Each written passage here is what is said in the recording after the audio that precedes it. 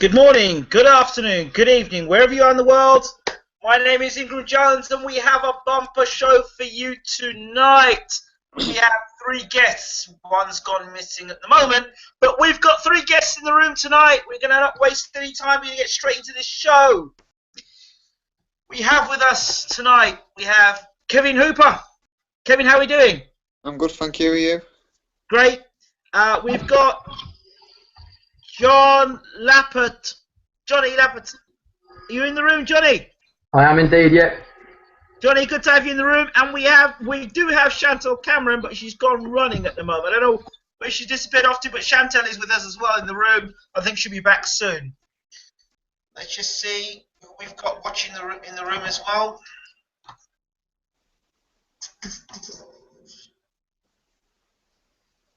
Good evening, Stuart Howe. Right, without further ado, we'll get started. First of all, we'll have a chat with Kevin Hooper. Kevin, Super Hooper, how are we doing? Yeah, I'm good, thank you. Yeah. For those people who don't know who Super Hooper is, let them know who you are, Super Hooper. I'm a lightweight boxer from Britain. I'm going to be fighting for the British title in 5 weeks' time up in Glasgow. Okay, tell us your record. 19 wins and 3 losses. Okay, and so what got you into boxing in the start? Got me into boxing, just my mates was doing it and I was a little fat kid wanting to go lose weight, basically. Yep. And then who's your manager, promoter? Manager Cal Greaves, promoter. I've got 3 trainers as him, Mick Blyven, Andy Blackett and Matty Teague. Okay, and tell us about your accomplishments as a pro so far. As a pro, I picked up, the first title I picked up was the British Masters, and I picked up the International Masters at lightweight, and I've picked up the Midlands area lightweight title and the English lightweight title. Okay. So, talk to us about your style. What sort of style do you have as a boxer? Style, I can box on the back foot. I can box. My new style now is like coming forward, being a bit more aggressive, working the head and body. I just come forward now and give it all I got, basically. So you're fighting for the British title, I believe, then? I am, yeah. I can't wait. Tell us about the opponent you're fighting. Yeah, opponent I'm fighting, Scotty Cardell. He's undefeated as a pro. He comes from a good gym, as in a Gallagher's gym. He's a good prospect, and I'm just looking forward for my chance. Are you concerned? Obviously, the Gallagher gym is well known. You're going to be the guy that's coming in. Do you feel that you're kind of like the B side or the A side? How does that work for you as a fighter? No, I mean, I'll be the underdog in it, no doubt about it. But I'm going up to his backyard in Glasgow, I mean, he's an undefeated fighter, coming from Gallagher's gym, which is well known. But I mean, I'm happy with my style. I'm happy with my boxing, and I'm going to win that title. What do you think Scotty Cardell does well as a boxer? Scotty Cardell is a good mover, and he makes him miss, make him pay. But on his last 2 performances, he's made him miss, but he hasn't capitalised on it. And I'm going to make him basically miss his chances, and I'm going to, when he's slipping my shots, I'm going to counter it and take it to him, basically. Okay. What do you think you bring to the table in this fight? Well, I'll probably be getting overlooked, which is good for me. What I bring to it is, I mean, I've sparred the kid before, up in his gym, and I'm a different fighter now, a completely different fighter, and they just won't know what to expect from me. Okay. I'll stop you there just for a second. I'm going to bring Johnny in the room. Johnny, how are we doing, Johnny? I'm very good, mate. How are you? I'm very good. For people who don't know who Johnny is, and why this gentleman's on the show tonight. Tell us a bit about you, Johnny. I am a boxing fan. I just the reason I'm on here, I did a couple impressions of some boxers. Never thought anyone would see him. Just a couple of my mates who like boxing. Next thing I know, undefeated heavyweight boxer Dave Allen, the WBC heavyweight title challenger, my bad. He made me say that. He leaked the videos, so he put them on Twitter against my will. Next thing I know, I've got like Billy Joe Saunders. I've got like loads of people sharing it on Twitter, and I'm at work. I've come home. I've got like 100 odd Twitter notifications, Facebook notifications, and it's gone a bit mad. You tell me, in your opinion, what would John Fury think of Kevin Hooper's fight against Scotty Cardell? You know, he's a fighting man. He's a real man. And, you know, people will write him up, but he's a real man. And he's a fighting man.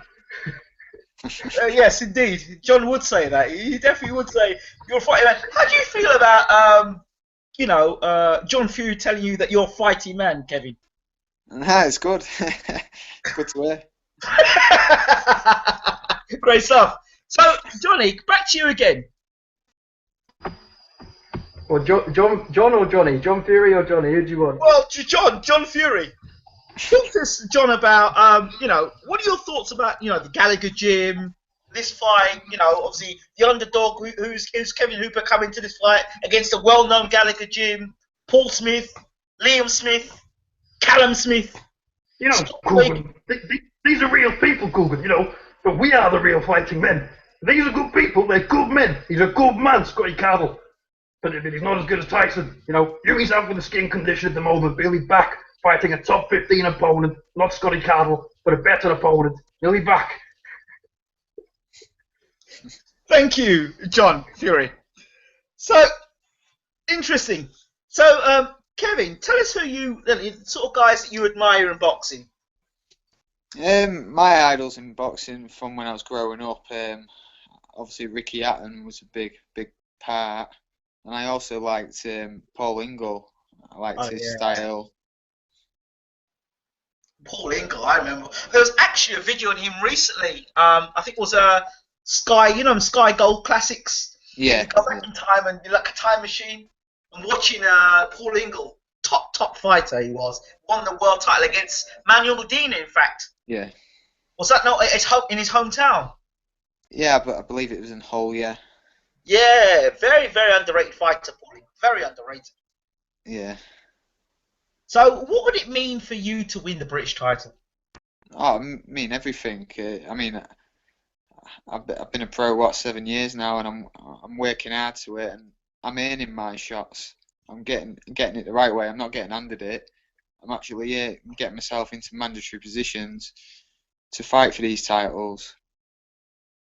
Absolutely, absolutely.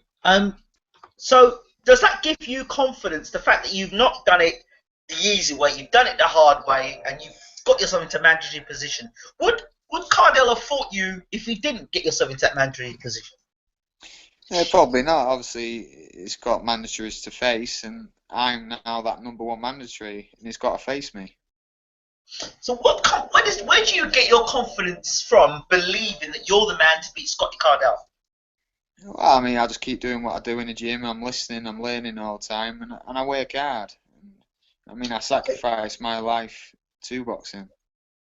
In terms of are you able to do it on a full-time basis? I know a lot of fighters struggle and they have to work outside of boxing to. So how is it for you?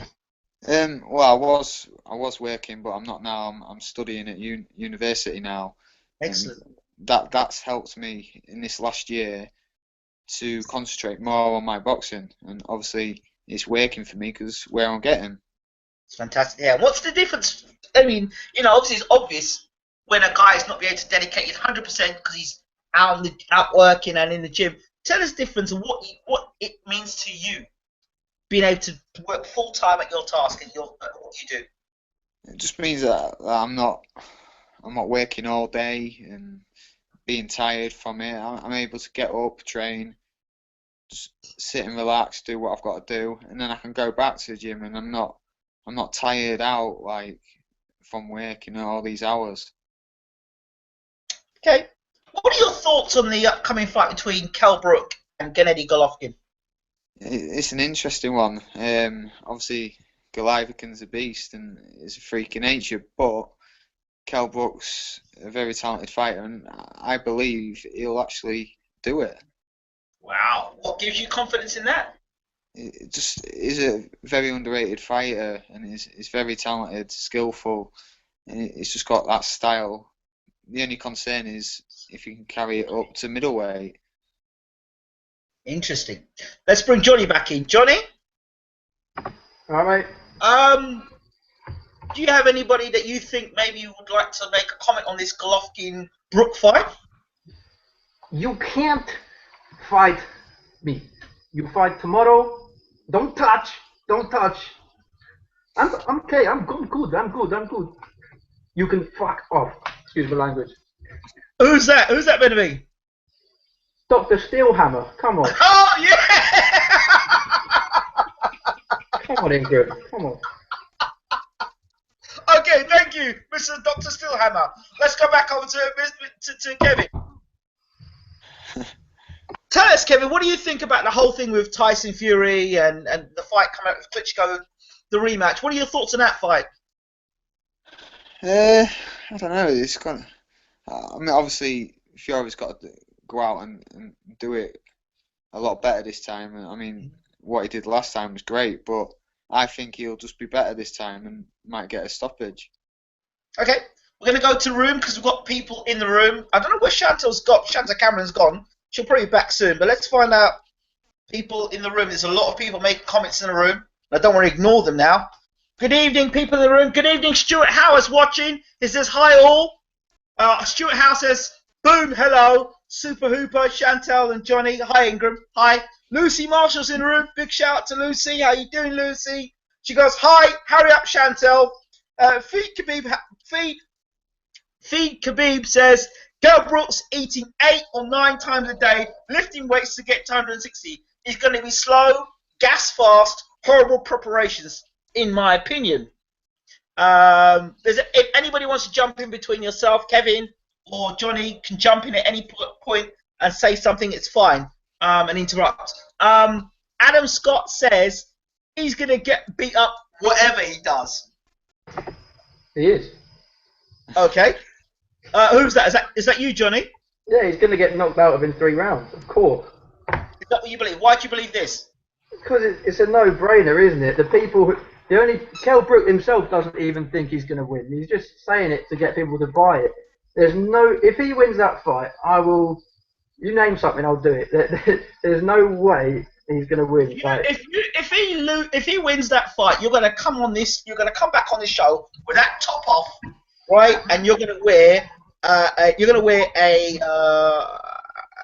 a Santa Christmas hat. You're going to That's look cool. like Santa. That's cool. I'm a ripped light heavyweight, mate. It's cool. Okay, fair enough. All right, how's that sound to you? No, yeah, I'll shave my head as well. That's how confident I Have am. you got hair on your head at the moment? Not very good hair, but it's there. It's all right. Cool. That's good. So you'll shave your hair off and you'll come back half naked. How's that sound? That's a BaylorIC exclusive right there. Thank you very much for that. I appreciate that, son. Appreciate it. Right. Let's keep going and see what people are saying in the room. So John thinks he's going to get done in 3 rounds. Okay.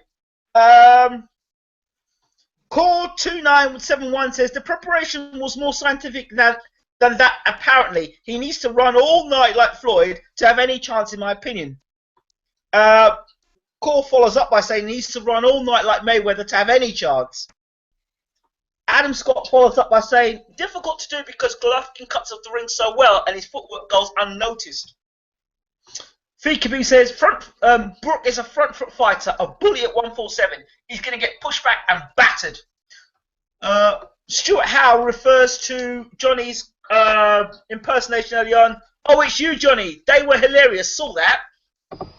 Only Boxing here says LOL. Lucy says Johnny's a great impersonation. Only Boxing here says what's his record? Is that Johnny's record? Or I'm 0-1. I've done a fight. It was unlicensed, and I got bullied for 3 rounds. And I sold all the tickets to my mates. I probably sold about 70, 80 tickets, and I was like, lads, I'm gonna knock this guy out. Proper hyped them, got him out, and I got bullied. I got the video on my phone. I got bullied. I got literally battered around that ring in front of all my mates, and it was the most embarrassing thing ever. but Johnny, you went 3 rounds, didn't you? Yeah, I went the distance, but I probably saw stars for like the whole of the third round. One day I'll show you the video. It's pretty funny. It's just a bit like Dillian White against Dave Allen.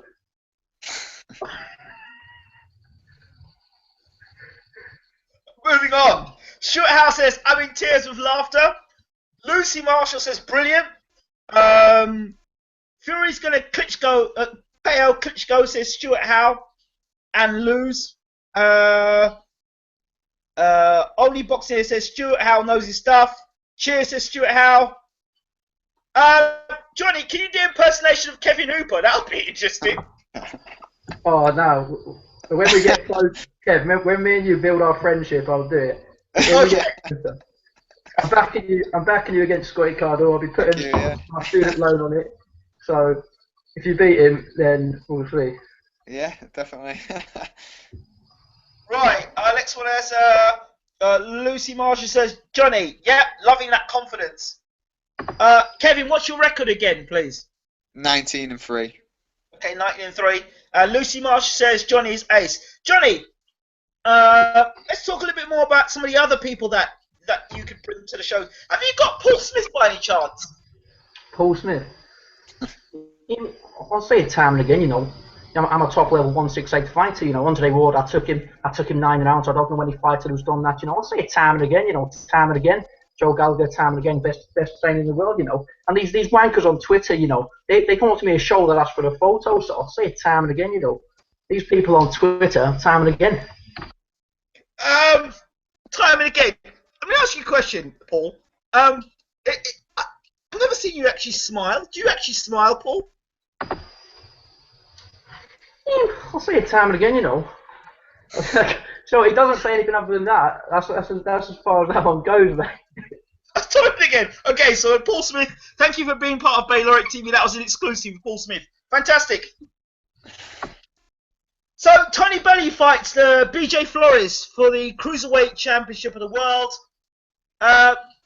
Kevin, any thoughts on that fight? Not really. I mean, Bellew's been calling him out for a while, and he's been looking for that fight, and I think he'd probably stop him. It's nice. Bellew, WBC Cruiserweight Champion of the World. We will be having Tony Bellew on BaylorIC tomorrow night. Probably not live, but we'll have the interview with him afterwards. Great win for him to become WBC champion. A lot of pressure as well. Yeah, I mean, he picked himself up, didn't he, and off the canvas, like, yeah. Yeah, to do it as well, and to think he had the gold of the green and gold belt in the movie in Rocky. I mean, could you imagine him not winning that world title fight? Yeah. It'd be quite devastating, wouldn't it? Yeah. What are your thoughts on Broner versus Ricky Burns? That's a fight that people are talking about. Should Broner and Burns get through their next fight? Yeah, I mean, Broner's it's been shown up, hasn't he, now, Broner? So I don't know. I don't rate him that much. So does that mean if he were to ever move back down to lightweight, you would take him on? He's too fat for that now, isn't he? Yeah, but I think the fight. I don't know what weight Burns is looking to fight Broner at. Maybe at light welter. I don't know. Yeah. In terms of moving up in weights, how difficult is it to move between one weight division to another weight division? Because I know you've dropped down a weight and moved up a weight. How difficult is that? And what are the things that fighters need to be aware of, or moving between the weight divisions? It's just how easy you can make it. I mean, the first time I moved down weight, I made it quite easy. The second time it was too hard, and I just couldn't do it anymore. Took everything out of me, so that's why I moved back up. Okay. Like you talk about things taken out of you. Like example, give me a difference between you when you box at a low weight division and the things you had to do, and then obviously boxing at a division where you're feeling a lot stronger. Yeah, I mean, when I moved down weight, like the second time, I had nothing left in me, like stamina just all went. I was depleted, like just starving myself for food and everything. It just took its toll on me, just fatigued on everything. Okay. And then when you move up in weight. Yeah, just better. I mean, I can eat more. I'm doing more weights than that now, and it's just like I feel a lot stronger, and I'm not really depleted at that weight. So Okay. People in the room, feel free to ask Johnny and ask Kevin your questions. Johnny. Yes. Right. So let's talk a little bit more. So we've spoken to John Fury. We've had a little word with Paul Smith. Klitschko's been in a room. Who else do you like doing? My favourite is John Fury because I don't know. People find it funny. I personally don't think they're all any good. I just think that anyone could do it. But is I'll do any. I'll have a go at anyone. Okay, tell me. I know you did. There was a Free Roach one you did. You said you did a Kevin Mitchell one to me. And of course, Kevin Mitchell was in the lightweight division at one point. So what would Kevin Mitchell tell someone like Kevin Hooper, for example? I Barroso, Lidiares, good fighters, Yeah.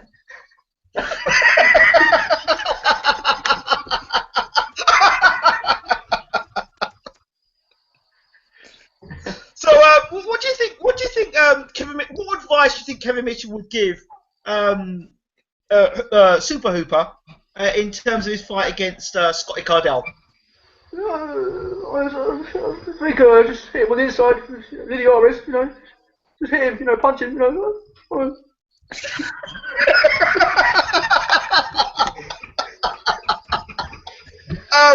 Kevin, your thoughts on that? You're getting inspired by Kevin Mitchell. What are your thoughts on this? it's great to be inspired by him. It's great. You hate it.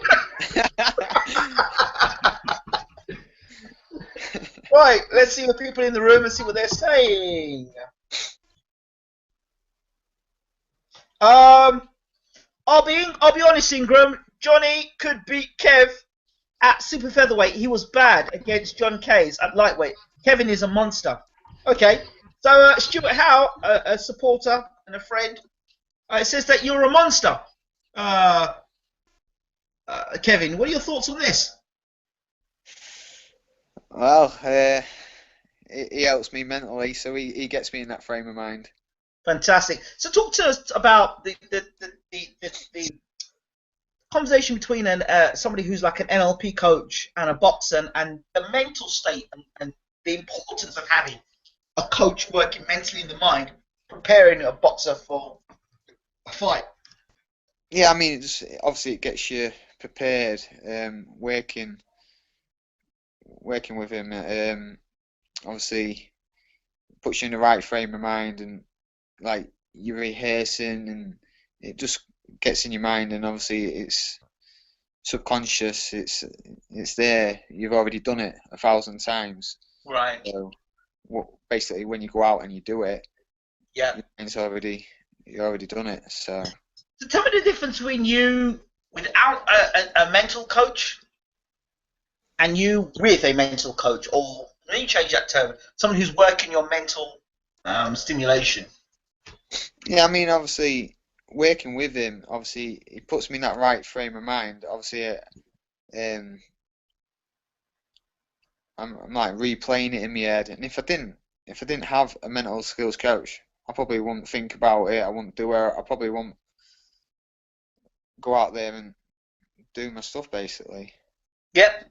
So you can see you advocate for that all fighters should have a coach really working on their mental preparation before a fight. Yeah, definitely. I mean, it's definitely good to have. I mean, it works. So, okay, give me an example of how you're preparing for. Okay, the Scotty Cardell fight, good example. Let's imagine Kevin Hooper sitting there now, and you're preparing for your fight for Scotty Cardell.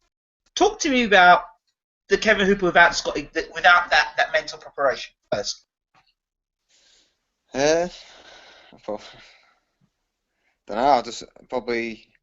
I won't really think about the fight as such. I might worry. I don't know. I might.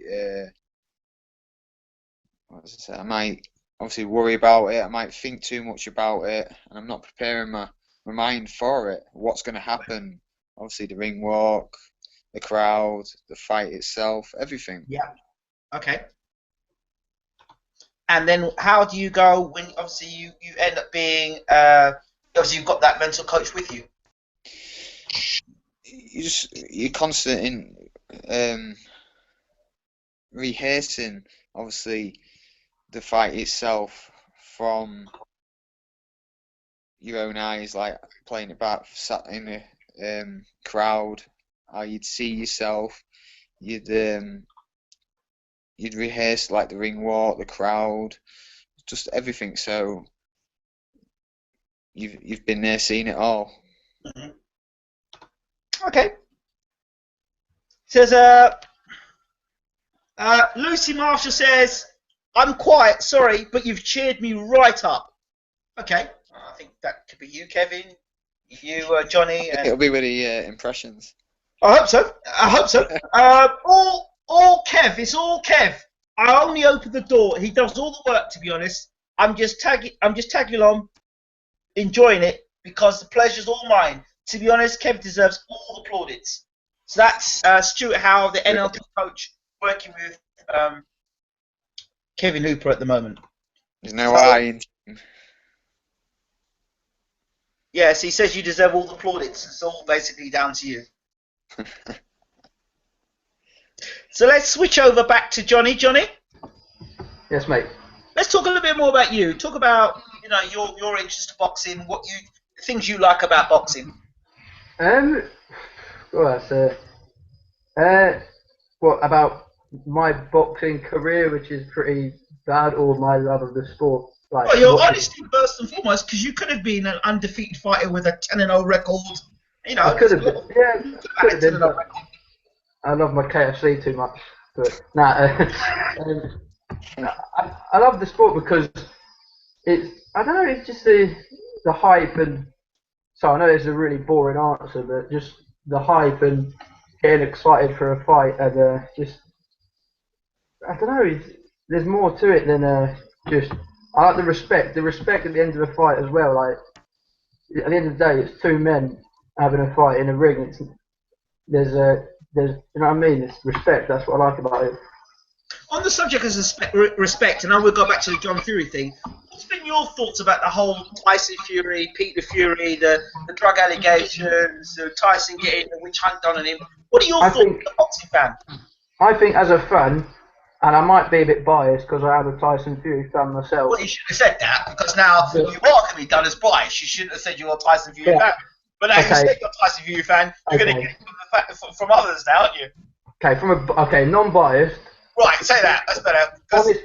Honestly, I just think that everyone is against them, and I know John bangs on about it in his interviews. I do think that the boxing world majority is against him. Like no one wanted him to win that fight, and now they're doing this drug thing. I can't comment because I don't know if it's true or not, and I would assume it's not true because they are real fighting men. Yes. But I think it's just a plot to get him out. I think it's a plot to get him out, and I'm glad that they're messing with the Klitschko's like they've done with them. It works both ways.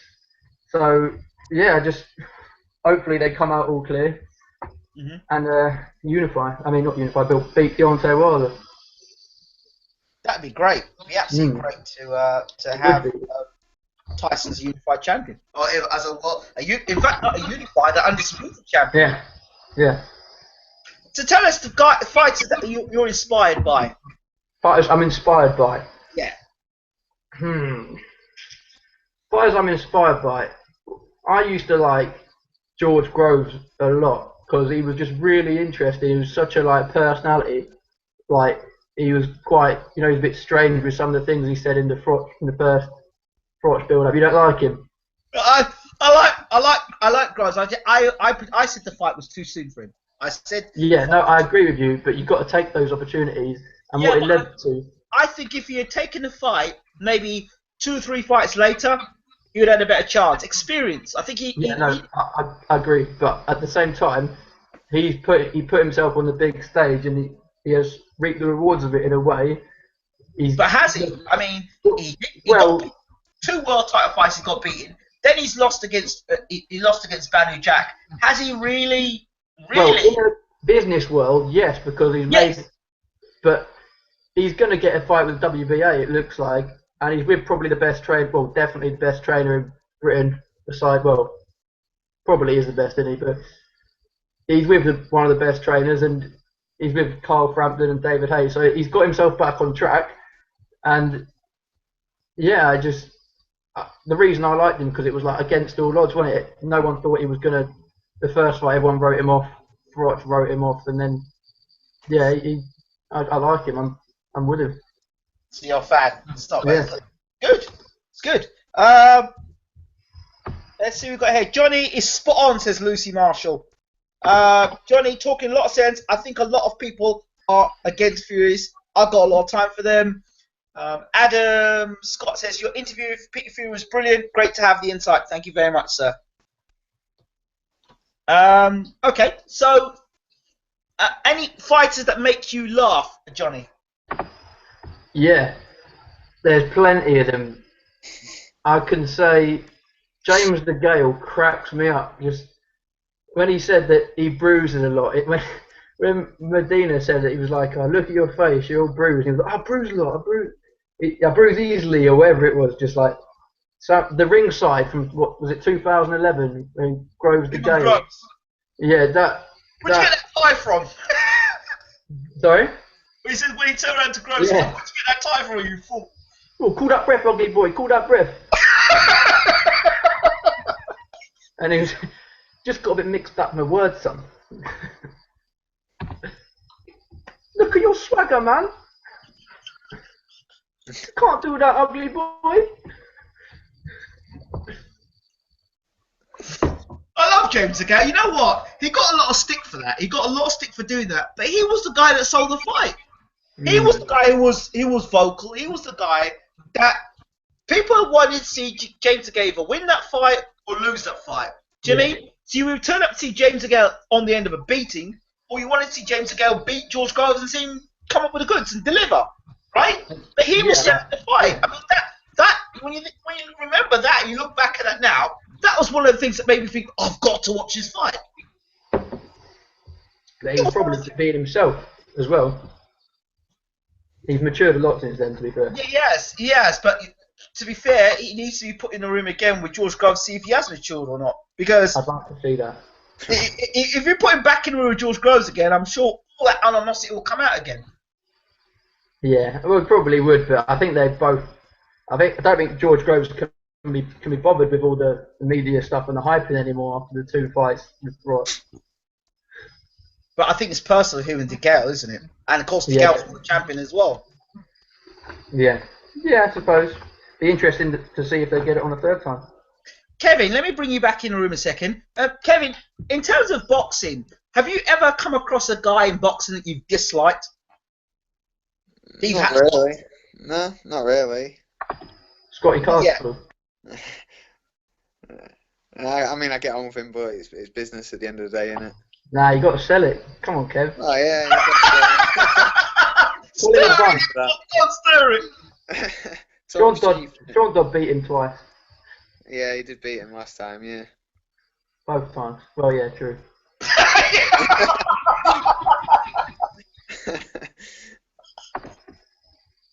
So I mean, I'll fight him at a catch weight. I'm 90 kilograms. How much do you weigh, by the way? I'm 90 kilograms. I think that's cruiserweight. I'm not too sure. I was 70 in my fight, but I've moved up. Okay, fine. I don't think that fight is going to happen somehow. I'll cut off the KFCs. We'll get it on. KFCs? joking. Let's see who's in the room and see what they're saying.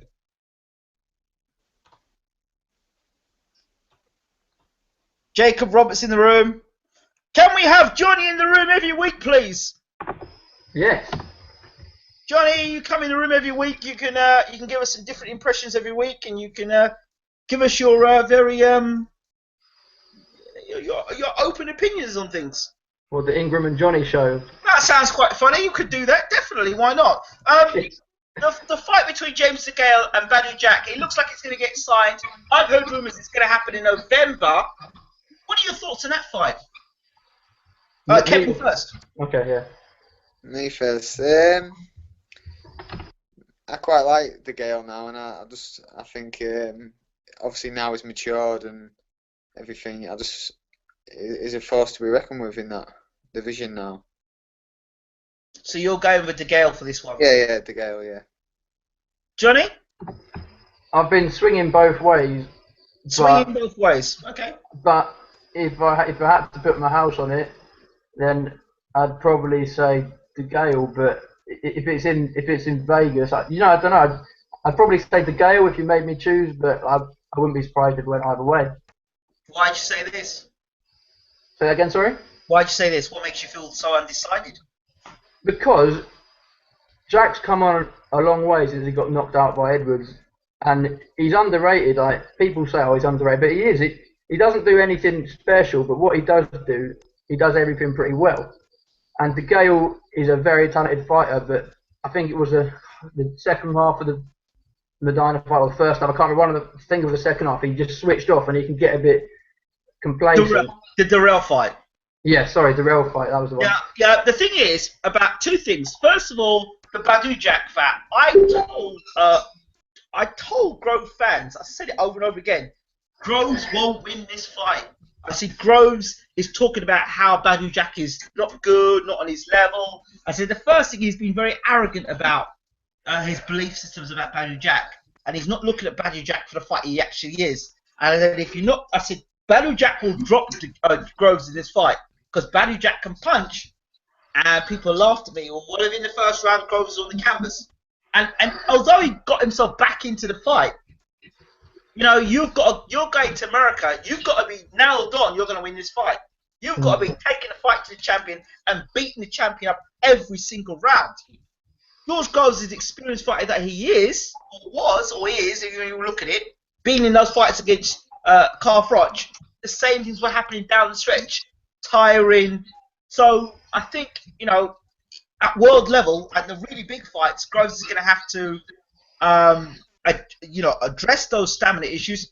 I know people talk about the Martin Murray fight. He was getting caught too much with the right hand, in my personal opinion. And if he's going to be fighting a guy that's a real puncher and not a blown-up middleweight, he needs to address those issues defensively and stamina-wise. Your thoughts? I think he won that fight. I think. Who? I think he won that Jack fight. I know it was away, but I think he could have won by a round or two. Okay. But you're right about the stamina thing. And he probably could have got Murray out of there in the 9th or 10th. But he's just joined Shane McGuigan, so I mean, give it a couple of fights time, and who knows? He might have. It looks like he's hitting harder, so he might have addressed those issues.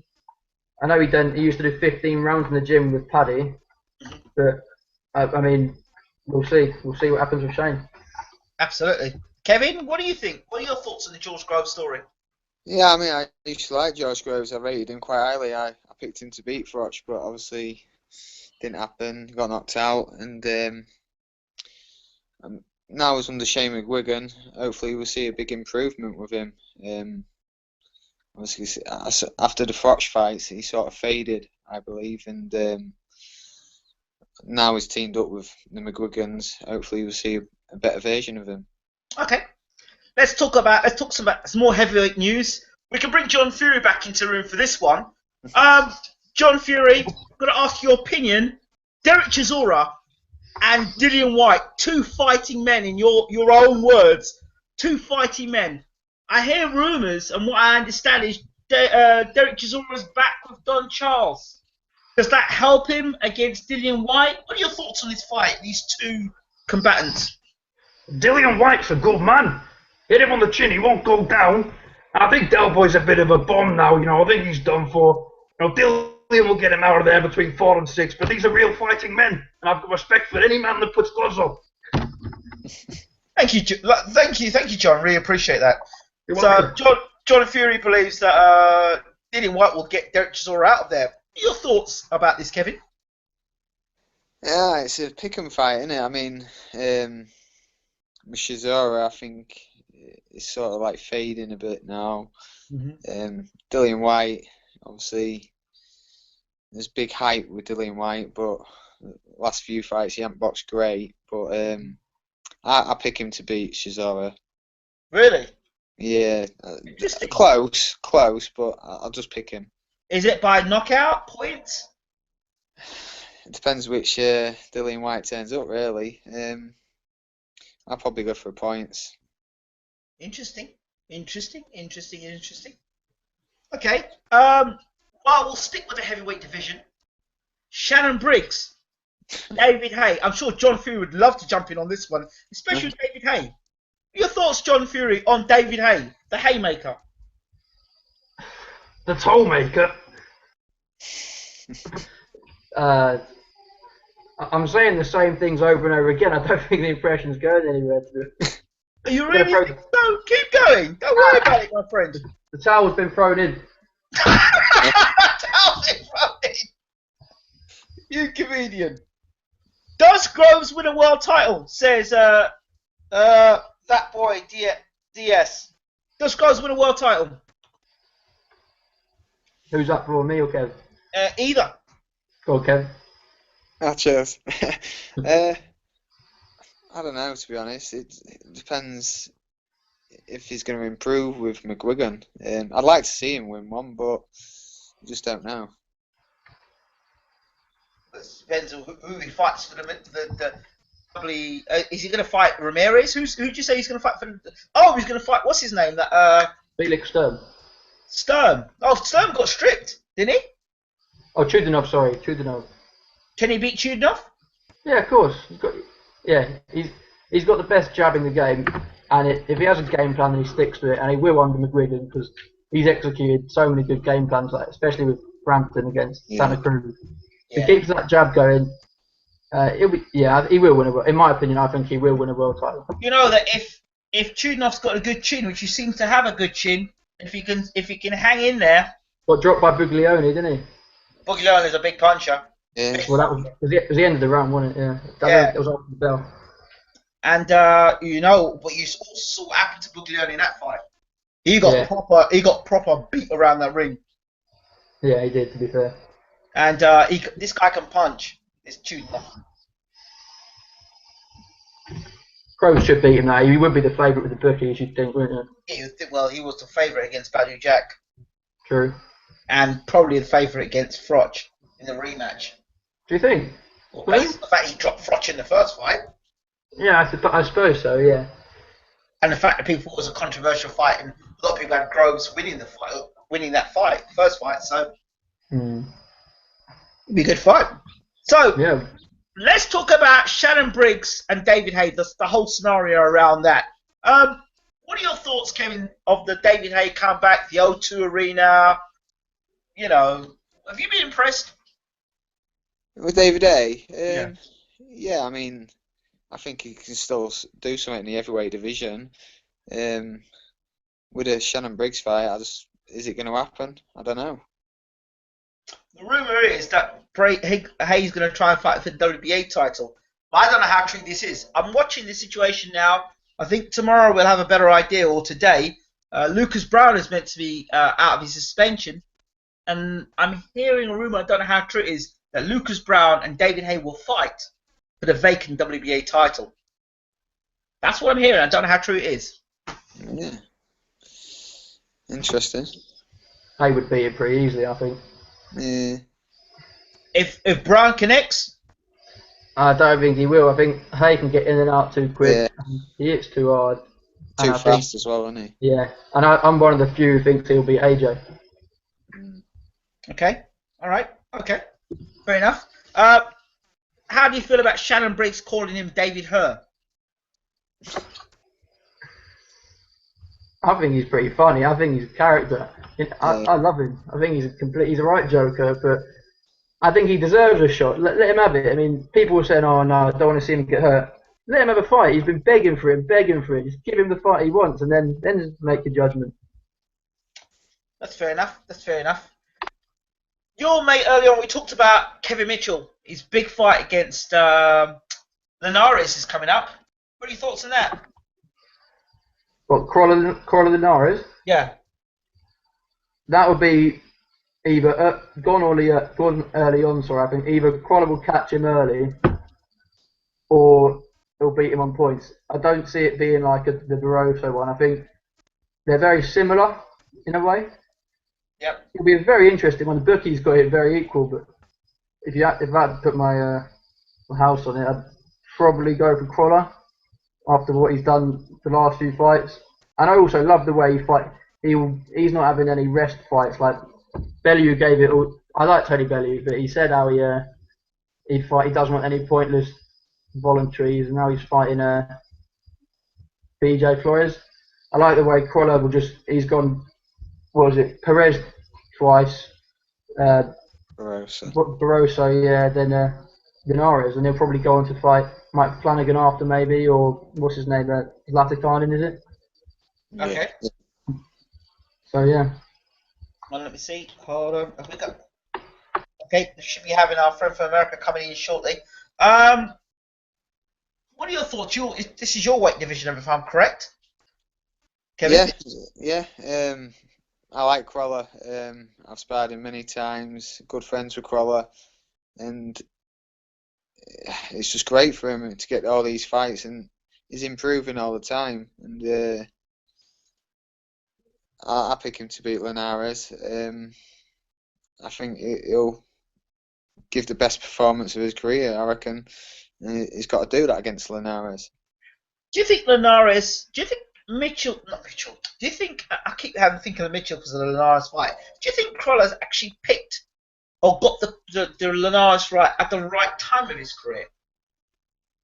Yeah, I believe so. Yeah, I mean, it was a good fight with that Mitchell at Linares. Yeah. And I haven't seen him be as active as probably he'd like to be. So I think that suits Crawler a hell of a lot better. Okay. Because Crawler was improving all the time, fight after fight. So I pick him to beat him convincingly as well. Okay. When you've been sparring with Crawler, what are things like now? You're fighting for a British title, okay? And Crawler's a world champion. When you spar with Crawler, what are the significant differences that you notice? Can you feel the difference in levels, or do you feel you're there or thereabouts? Talk to me about that. No, I mean the levels. I mean, probably give him a bit too much respect. Obviously, when you're sparring him, because you're seen as is this big prospect, is this champion, is this that the other. But I don't think it's like. To me, I thought I handled sparring well with him, and if anything, I'll only learn from it. And he's good sparring. He's got good shots. He's fast, and it was just overall great sparring. What do you think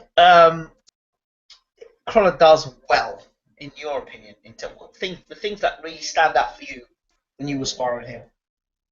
It's precise, and his work rate is good. Like his shot variety, the way he picks them, it's very neat and clever. Okay. In the top 10 British lightweights, is there anybody there that you look at and think he's pretty tasty, or I like it? Yeah, obviously you got the likes of Crawler and Flanagan there, the top. And yes. There's still Derry Matthews there, and. There's another fight right there. Derry Matthews versus Luke Campbell. Luke Campbell. To that one. Talk to me about it. Yeah, it's an interesting fight, that. Obviously, I'm good friends with Luke Campbell. I spar Luke quite a lot. I think it's probably the right time for Luke against Derry Matthews. Yeah. But obviously, Luke's been put over a couple of times now, and if Derry catches him, you just don't know. But I think Luke will just be too clever for him. See, I had this conversation the other day, and it's like when you're knocking guys over, it's who you're knocking over, and you people can be a puncher at certain levels. Like there's some guys are devastating. Gennady Golovkin example. No matter what level he's at, he's knocking guys over.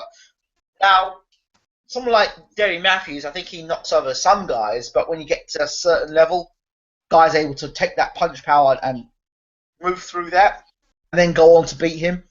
Yeah. Luke Campbell, he's been getting knocked over recently, but would you not say that some of the opponents who've been knocking him over have been of a higher quality? Oh yeah, a lot higher. Yeah. You know, so that, I mean that, and Luke Campbell's a good fighter, but I don't know. For me, he just seems. I don't know if it's off the boil, or something's not quite missing, or it's the fact he's in tougher fights now. Yeah, I think he's getting tougher fights now, and I think this is the right fight for the making for him to progress a bit further. Yep. Johnny, your thoughts? I think Campbell's a classy fighter, isn't he? I'm not too sure about Rubio with the old American thing. Yeah, I've got question marks about him as well. I think what's his name? The lad he just beat, Mendes. I think he made that a bit hard for himself. I think if he ever fought Matthews, I like what Kev said, he should beat him pretty resoundingly. Too smart for him. He's a smart fighter. He just needs to stick to a game plan and not get chinned. But I don't think he's chinny. I think probably too soon to say that. But he just needs to execute his game plan. Like he was brilliant against Tommy Coyle, wasn't he? If he can stick to a game plan and see what his trainer does for him, and he will win a world title. My concerns about Luke Campbell are this. It's his stance is a big concern. Like, I always like to see footwork is almost like the foundations of your house. No matter how good a puncher you are, no matter how well you move your head, no matter how good your defense is, if your feet, if your foundations are not good, and I'm concerned about Campbell, he's got his legs wide about his stance, which means two things. Yes, you're holding your feet to land big shots, but when you're trying to get away from shots now, because you're holding your feet, you've got to bring your feet back together, and that's where he's getting nailed. So I would like to see Campbell bring his legs together a little closer together so he can get in and out and throw his shots. And if he's going to stand in front of a guy and plant his feet, know that he's got the power to take the guy out of there and know that the guy that's firing back at him is not going to knock him over. Because he's getting knocked over because he's standing in the pocket, legs wide apart, and getting caught. So he's taking the falling back to the shot. Kevin, what are your thoughts on that? Yeah, I mean, he was a talented amateur, and his footwork, it was fast feet, he's clever, but yeah, just with his footwork, the pros, I mean, whenever inspiring, he moves around the ring well. It's just, I think he switches off sometimes in there. I don't know. Okay, got people talking in here. Jacob Robert says Campbell can't fight on the inside. He's still quite amateurish. Guys, any one of you can answer that one. No, I think he's a clever fighter. He boxes very well out of range. Like you don't have to work inside if you don't have to. He's a classy fighter. Okay. Johnny? I mean, Kev's the boxer, so he knows more than me about the technical side, so I can just echo what he said, really. Okay, it's fair play. I've got people in here that are not. Lucy Marshall says, Hay is a waste of a chat. Never talk about Hay. Okay. We're not hating, we're just discussing the aspects of his game. Well, I guess Lucy's very passionate about what Hay did to the Furies, and I can understand that, and I understand. I understand. Do you hate any boxers? I don't hate any boxers, but the whole David Hayes scenario with the Fury thing and the way he's now treating Shannon Briggs. I know he's trying to look after his career, but he did a lot of talking, said a lot of things. Said he'd make Shannon fight in his undercard, then he'd fight him, and now he's not going to follow through. That really that's pretty. It's not very nice. Banged out. Right. Stuart Howe says, "Let's go, champ." GOATS, GOATs, maybe greatest of all time. I'm not sure. Love Shannon Briggs. Hay beat Briggs in 3 rounds. Hay needs to fight someone for once. Oh, he changed it. Typo mean got to love Shannon, not greatest of all time. LOL. Stuart Howe continues. Rumours paperwork was signed. Hay and Briggs signed paperwork before their last fight. How true of this, I'm not sure. Briggs is entertaining, but not a good fight. Graham M says, what round does GGG KO Brook in? I think Johnny gave us his answer early on. Johnny? It'll be the 2nd or 3rd round. GGG is the best fighter out there. He's the man. And there's no middleweight that can beat him. So I don't care that Kell Brook's a natural middleweight. He could be a super middleweight. He could any way he wants. He's not beating him. Anyone below 160 is not beating him. Simple. No chance. I'm not a hater. I just appreciate Golovkin as a fighter, and I like Kell Brook. Just don't use your voice. Use somebody else's voice, and you can blame what somebody else and say it's not you who said it. That's what you can actually get away with. That you can actually use somebody else's voice and say he said it, I didn't say it. Sure, you put me on the spot. There you go. You can use anybody you want. You can go through your mind and say, who can I use? Right. Let's have a think about it. Jerry Doc 3699 says, love Brook to shock the world. Not happening. I'm with you, Lucy. Hay's fighting bums now. Lucy Marshall, I don't hate anyone. Just find Hay a total fake and waste of a chat. Yes, Stuart, says Lucy Marshall. Stuart Howe says, I used to be a massive Hay fan, Lucy too. There you go. So the Hay still has a bitter taste in a lot of people's mouths. His acts, his antics, and his behaviour, and the way he's doing things at the moment. It's upsetting. When the Haymaker's name is mentioned, especially now with this certain situation with Briggs. So, Kevin, talk to me about same-day weigh-ins. What are your thoughts on same-day weigh-ins? They're not nice. If you've got to make a certain weight, they're not nice. They're not nice. Same-day weigh-ins? No. Yeah. No. Obviously, the day before weigh-ins, you've got to make a certain weight. Yeah. Get a lot easier, then you can refuel a lot better. So, I don't particularly like the same-day weigh-ins if you've got to be like the championship weight. Okay.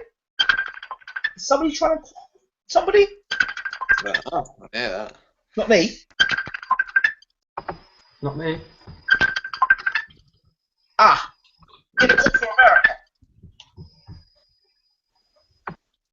Here we go. It's from America. It's Bo Bland from the Truth and Fact Show. Hold on, let's see if I can bring him through. Bo, are you there? Yeah, I'm here. Right, are you not on the show? I was trying to get in, but I wasn't hearing anything. Right, well, the link's there. Go back and check through the Twitter link I sent you and check your email and come through. Yeah, I see that you sent the Twitter link. Okay. Yeah. Okay, I hit on that. Because you're live at the moment. Oh, okay, wait. Tell me if it's showing live now. I don't know. You're live in Facebook, but I don't know if you're live on the show. Yeah, see, it's saying join video call. Yeah, well, do that. Join the video call.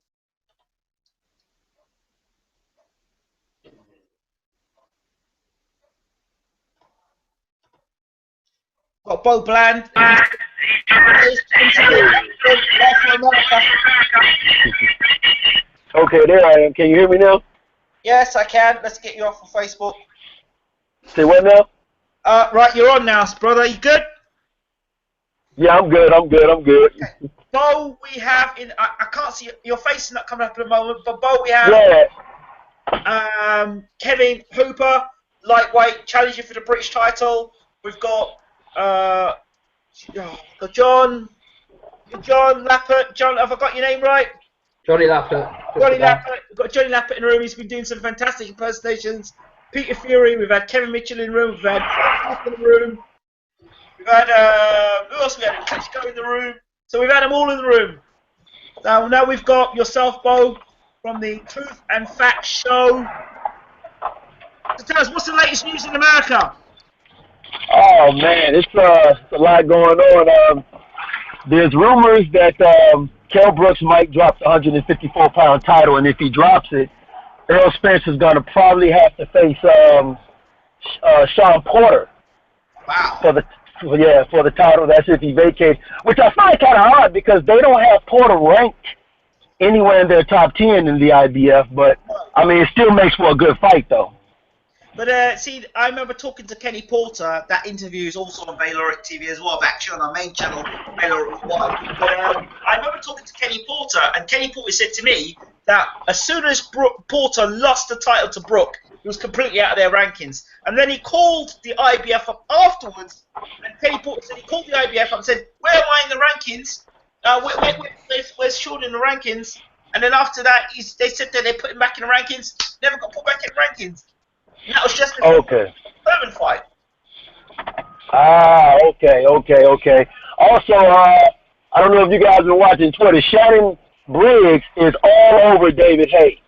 He is just, oh man, he put a picture up of I think it's like a woman taking this little pose, like a little stripper pose, and he's got David Haye's face on there, and he's calling her David Her instead of David Haye. Yeah, David Her, yeah, I heard. I was telling the guys earlier on about it. We've got some people in the room here that are not particularly great fans of David Haye. I think it's a waste of time talking about him. Okay. I agree. Also, this weekend we have Quadras versus Gonzalez. Okay. That's a pretty big fight coming up this weekend. Oh, and I don't know if you guys know anything about the Japanese fighter, but Kono lost to Concepcion yesterday. Okay. At the 100, I think that's like the 115, 112 pounds. So it's not, so it's not like that much. You also got, Big Baby Miller and Deontay Wilder got into a heated phone conversation, and now Big Baby Miller is, he's doing the Shannon Briggs things to Deontay Wilder, and Deontay is responding. So, we're going to see what happens with that. Is Big Baby Miller part of Al Heyman? No, I think Big Baby Miller is he's a part of some independent boxing scene, but he fights on Showtime. So it wouldn't be that hard to make that fight because Showtime is affiliated with Heyman. So that wouldn't be that hard to make that fight. Yeah, I think that would. Who would you rather fight, Big Baby Miller or Alexander Povetkin? I'd actually fight Big Baby Miller if I'm Deontay Wilder. Exactly. My first fight back after hand surgery, I would fight Big Baby Miller. That's my point. I would fight him because it gives you a good chance to test your hand. Big Baby Miller doesn't have the experience that Povetkin has, and he's still sort of an unknown.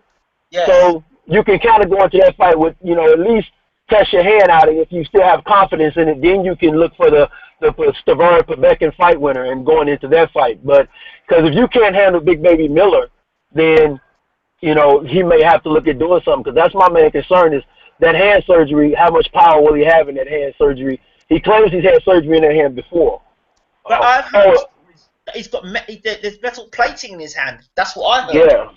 Oh, okay. That's new to me. Now that's going to be interesting because if that's the case, they're going to have to look into that because I'm not sure he can fight with that. Well, the question is, even if he couldn't fight with it, he probably still could fight with it. If you get what I'm saying. Yeah. Yeah. They probably try to find some kind of legal loophole to get around that. Have you heard this story? Don King is trying to take Stavern Povetkin to Africa. He's trying to do an Ali Foreman thing again. Yes. I haven't heard that one. I wouldn't be surprised though, because Stavern does fight under Don King. My only thing is with Don King, because Povetkin people have a boatload of money. So would Don King be willing to put all his eggs in one basket for Stavern in a fight that number one, he may not win, and number two, you might not get your investment return on? Well, the thing is, he said in his own words, Don King, if the Russians start to get funny with us, we'll take the fight in Africa, South Africa. Oh, you know what? And it's funny because I don't know if you guys heard Povetkin people was talking about just having to fight in New York, in America. Wow. So, yeah, that was a rumor. J-Rock and Charlo, that fight might go to purse bid, but matter of fact, on the podcast I'm going to be on later on today, The Movement, yes, we're going to be talking to the trainer for J-Rock. His trainer put a tweet out saying the fight was off, but then Charlo said, no, don't believe what you hear. And then there was a letter from the IBF, Linda Hensley, I think her name. She put out a statement saying that Charlo had something wrong with his eye, that they was giving him a 60-day extension. Then after that, he has 15 days to solve it. Then it'll go to purse bid. So we're going to be talking to him tonight on our podcast on The Movement. You can call that at 724-444-7444. The ID number is 142097, and he'll be on with us today, and we're going to really get to the bottom of that with him. Okay, I think what you can do is also type that into the Google the chat that's on here. I mean, you can put into the chat as well. Type all the information in, send the link so people can be able to tune in and watch the show as well. Oh, I didn't know that. That's good. I didn't know that. I see why you like this Google thing now. Well, it makes my life easier. But yeah, guys, let's bring you guys in the room. Kevin and Johnny. John, what are your thoughts on the news that it's been broken from America? Kevin? Yeah, it's all interesting. Well, what would it? The Wilder definitely is. Like the guy said, he should face that Baby Miller. Yep. Yeah, that's an interesting fight. That one better than the Povetkin. Okay. Johnny, your thoughts? Wilder. My views on Wilder. I don't think he's a very good boxer. Just power, right? Yeah, he can bang, but he was getting outboxed by that Polish hooligan who, you know what I mean? Yeah. That old Polish hooligan who probably works as a bouncer down at my local Spoons. So, I think I don't think Wilder. I think Wilder will get he'll get exposed when he fights someone who can box like Tyson Fury. Yeah. And he's beaten Stavern, who is a good fighter, but when Wilder steps up, I think he'll get beaten pretty easily. Okay. Any more news, Bo? Bo, you there? Yeah, I'm here. No, right now, that's pretty much it. That's pretty much it that's going on. Yeah, that's pretty much it that's going on right now. It's kind of like a little low week. I want to say one thing about what the one guy said about Deontay Wilder not being a very good boxer. Yep. Let me just say, in no shape, form, or fashion am I defending Deontay. I'm going to say this. You are right. Deontay Wilder does not have basic technical, there's too many flaws in him, but the big equalizer for him, it has been his power, because when he fought the Polish guy, I think you're talking about Spilka. Is that the guy you're talking about? Yes. Yeah, Spilka. When he fought Spilka, he should not have had the trouble with Spilka that he was having. Granted, Spilka had a new trainer in Ronnie Shields, but Spilka should not have presented the problems for Deontay that Deontay was having. And me and a buddy was talking about that. And I think it's only because up until the knockout, I had that an even fight up until the knockout. So, he shouldn't have had that kind of problem with Spilka. he tends to be a little wild. So the biggest problem is because of his height and his size, and he's a small forward. He's 6'7", 220 pounds. So he's not a big heavyweight. He's rangy and wily, and he's very athletic, and he's been able to get away with it. But I do agree with you. Once he fights someone who is able to negate those attributes he has, and he doesn't have any like pure boxing skills to fall back on, and that right hand does become a factor, then we'll really see exactly what he's made of. But I do agree with you that he definitely has some major flaws. Oh, do you know something? I think I could pull it off and say that you were Bernard Hopkins talking at the moment. You thought I was what? Bernard Hopkins. You sound like Bernard Hopkins. Hey, well, you know what? Being compared, anytime I'm being compared to an all-time great, I'll take that. And nobody would know different. I just need to put a Bernard Hopkins face on there. You get away with it easy. Oh man! Hey, I wish I could walk to the bank and do that. What are your thoughts on this whole thing with there's a couple of fights I want to talk to you about. What are people thinking about in America about Gennady Golovkin and Kell Brook? Honestly, I'll be honest with you. Nobody's even paying attention to this fight. This fight is not really heavily promoted here in America. Like, I don't see any commercials for it. But I think the reason for that is this is a part two. We've seen this before when Canelo fought Khan. And I think that's what everybody has in their head is, hey, this is nothing more than a replay of Canelo fighting Khan. So we've seen this before. Also, and I think this is, we did a show about this the other day. I think the fact that the fight is also taken in another, the biggest problem for American is we figure anything that's not in our country or have one of our people in it, we feel the need not to pay attention to it.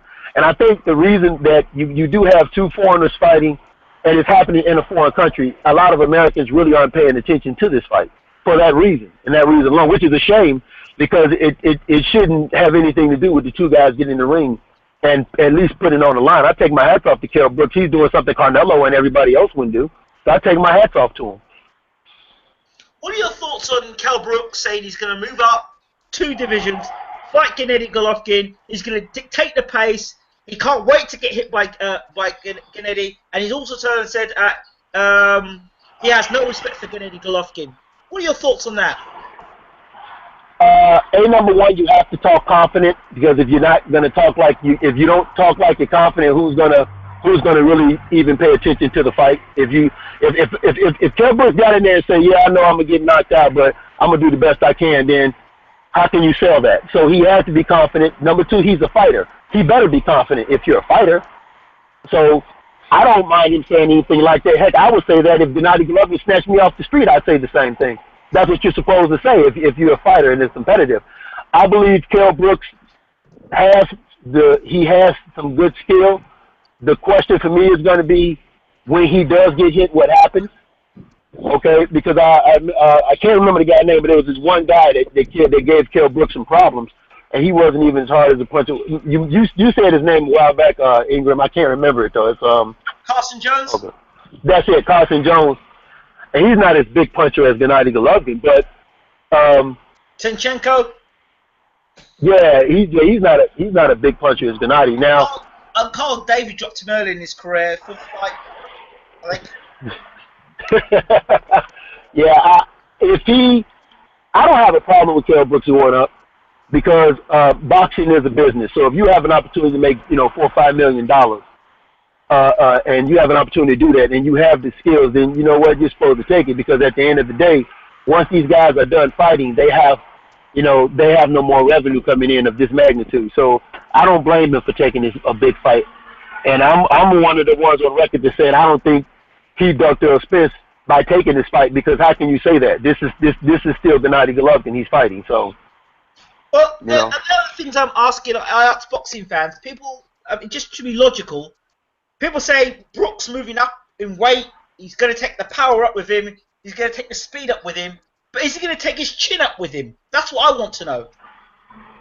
No, your chin is your chin. If you have a bad chin at 115 pounds, you'll have a bad chin at 126 pounds. So your chin is your chin. I don't know if he'll be able to even take the power up. If you look at boxing historically, Roberto Duran, who was one of the hardest hitting lightweight punchers, as he moved up in weight, he had trouble knocking guys out. Same thing with Manny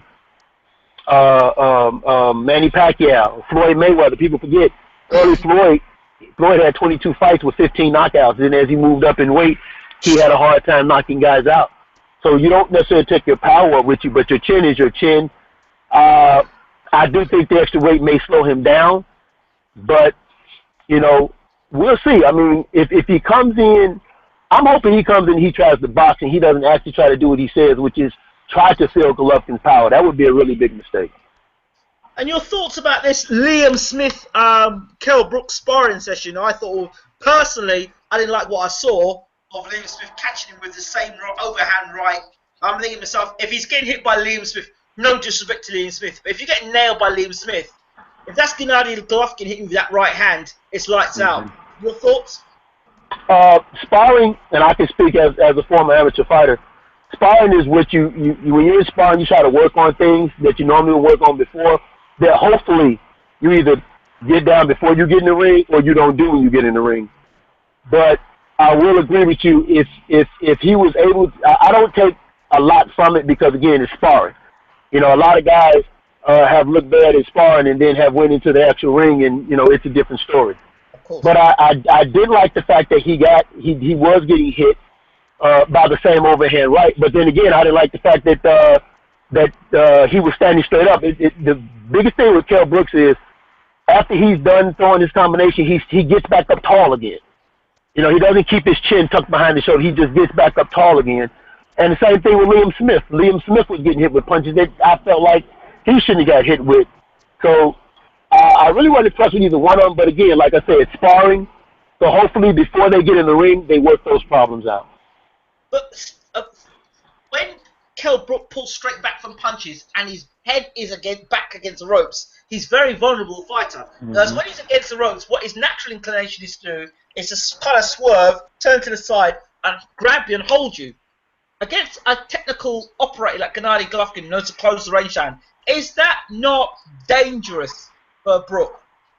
Oh, that's very dangerous because also you have to remember Gennady Golovkin is going to be a lot stronger than Brooks. Because there's a difference between a guy who's going up from 147 to make 160 than a guy who normally has to come down from 180, 185 to make 160. So Gennady Golovkin is going to be the stronger guy, but Gennady Golovkin is also the kind of guy that if you don't hold him right, whichever hand is free, he'll hit you with, and you'll be exposed. Now, if he grabs him in what I call the proper way to grab and hold somebody, which is you grab them and you instinctively put the flat of your cheek against their shoulder, so the punch can't hit you. If he grabs like that, he'll be fine. But if he does that open hand grab that he was doing with Sean Porter, Gennady Golovkin may spin out, like you said, and catch him with something, and you know that's going to be a problem. Rubio was trying to hold him up, and actually Rubio was holding him, and he did some kind of funny punch with one hand. Next minute, Rubio's on the canvas. Yeah, right. That's why, like in the clinches, like Gennady Golovkin is not a guy you want to be in close with hands free, and you know that's just the reality of it. So you know, hopefully Kell Brooks, like I'm just really hoping he goes in with a very good game plan, and because even if he goes 12 rounds and loses, it's still a win because he didn't get knocked out. So he can still be marketable at whatever weight division he goes to. But if he gets knocked out, like Khan got knocked out, then, you know, we're going to see, okay, what comes next for him.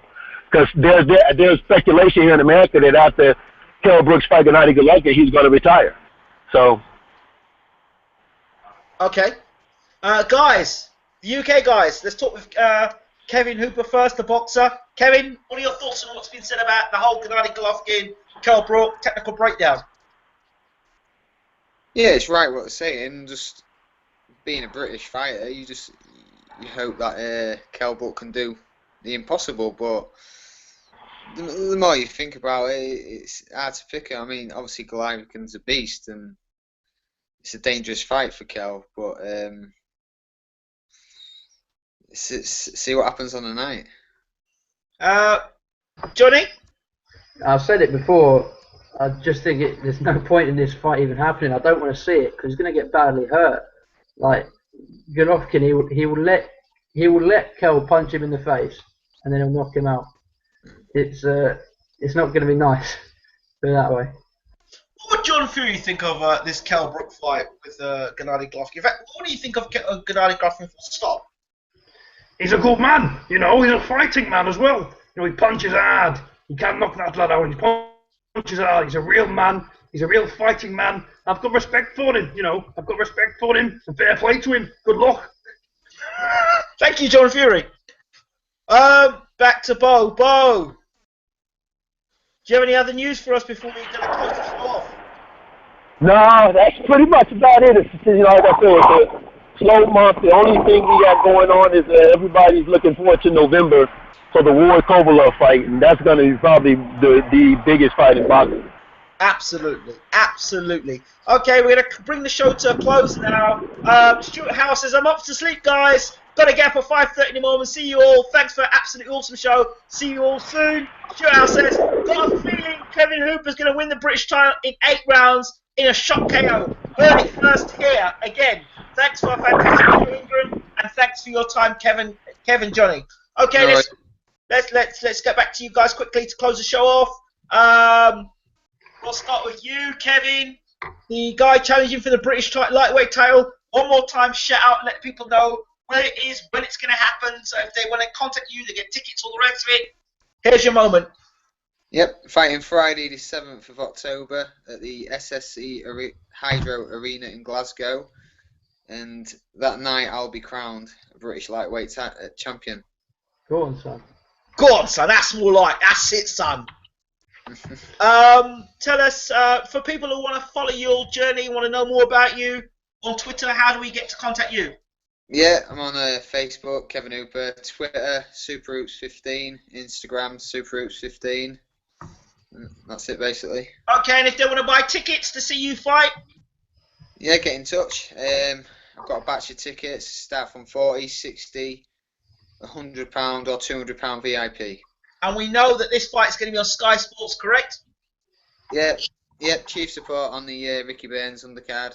So we're definitely the face of Sky. It's not going to be one of them ones where you're on the building next to the place.